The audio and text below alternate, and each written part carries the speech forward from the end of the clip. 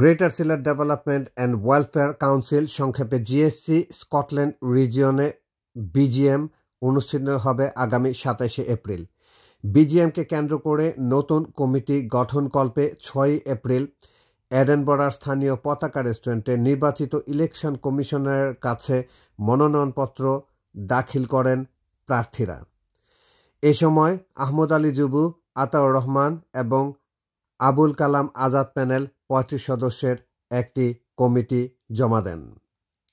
রাত 10টা থেকে 12টা পর্যন্ত মনোনয়নপত্র জমা নেন ইলেকশন কমিশনের প্রধান সালেহ আহমদ, যিনি সেন্ট্রাল কমিটি ট্রেজারার। এ সময় উনি ভার্চুয়ালি উপস্থিত ছিলেন।